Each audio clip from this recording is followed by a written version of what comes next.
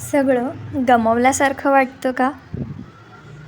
कधी-कधी आयुष्यात असा क्षण येतो जिथे आपल्याला वाटतं सगळं संपलं. आता काहीच उरलं नाही. एका चुकीचा निर्णय, एक चुकीचा माणूस, एक चुकीची वेळ आणि आपल्याला असं वाटायला लागतं की आपण सगळं गमावलं आहे. नमस्कार, मी संजना लाईफ लेसनच्या 6व्या भागामध्ये तुमचं स्वागत करते. सगळं गमावल्यासारखं वाटणं म्हणजे खरंच सगळं गमावणं नसतं.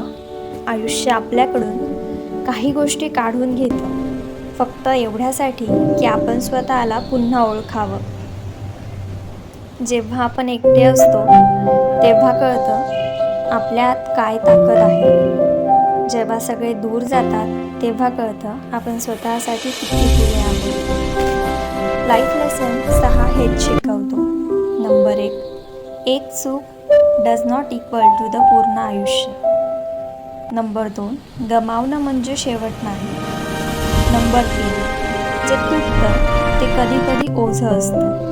नंबर 4, जे जातं ते अनेकदा आपल्यासाठी नसतंच.